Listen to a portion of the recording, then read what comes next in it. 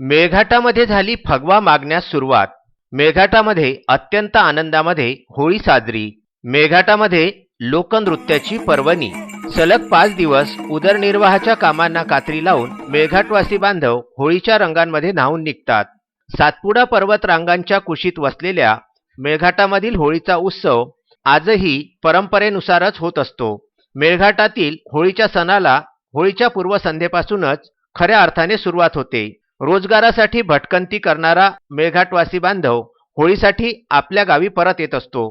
पहिल्या दिवशी शेतातील पीक आणि होलिकेचे पूजन केले जाते। एकाच दिवशी सर्व गावात होलिका दहन होत नाही, वेगवेगळ्या दिवशी होळी पेटविल्या जाते। पहिल्या रात्री गावाबाहेरील मोकळ्या जागेवर मेळघाटवासी बांधव नृत्य करीत असतात। मेळघाटामध्ये मेळघाटवासी बांधवांची संख्या सर्वाधिक असून यात कोरकू, राठे, बलिया, गवलान, गोंड या जातींचा समावेश आहे। सर्वाधिक कोरकू समाज मेळघाटात वास्तव्यास आहे।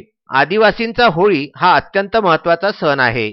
जवळजवळ आठवडाभर होळी साजरी केली जाते। नवीन वस्त्र परिधान करून ढोल व बासरीच्या तालावर आदिवासी महिला व बांधव नृत्य सादर करतात।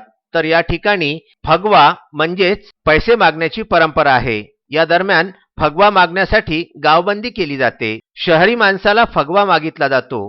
होळी संपूर्ण पेटल्यानंतर आदिवासी बांधव कोरकू मुठवा देवाजवळ एकत्र जमतात। मुख्य मार्गावर आडवा दोर धरून स्त्रिया पुरुषांना अडवून फगवा मागतात। फगवा मिळाल्याशिवाय रस्ता सोडत नाहीत। यावेळी स्त्री पुरुष विशिष्ट प्रकारची गीत गात नृत्य करीत असतात।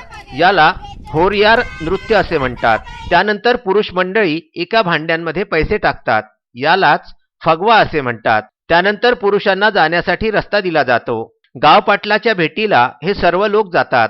भोजनानंतर मुठवा देवाजवळ रात्रभर आदिवासी बांधव नृत्य करीत असतात। होळी आदिवासींसाठी महत्त्वाचा सण मानला जातो। आदिवासी बांधव वर्षभरामध्ये विविध सण आणि उत्सव साजरे करीत असले तरी होळी हा त्यांचा सर्वात आवडीचा आणि पारंपरिक महत्त्वाचा सण आहे। कामधंद्यांसाठी स्थलांतर केलेली मंडळी या सणानिमित्त आपापल्या गावी परत येतात। होळी सणाची तयारी खूप दिवस अगोदरपासून सुरू केलेली असते। आदिवासी बांधव होळी निमित्त नवीन कपडे, दागदागिने, विशेष करून चांदीची खरेदी करतात। घरांची साफसफाई करून घरे सजविली जातात। नृत्य करण्यासाठी आवश्यक असलेले ढोल, ताशे, टिमकी, बासरी इत्यादी साहित्याची डागडुजी करतात आणि होळीचा सण अशा प्रकारे आठवडाभर चालतो। मेळघाटातल्या चिखलदरा येथून मारुती पाटणकर यांचा होळीचा हा विशेष वृत्तांत।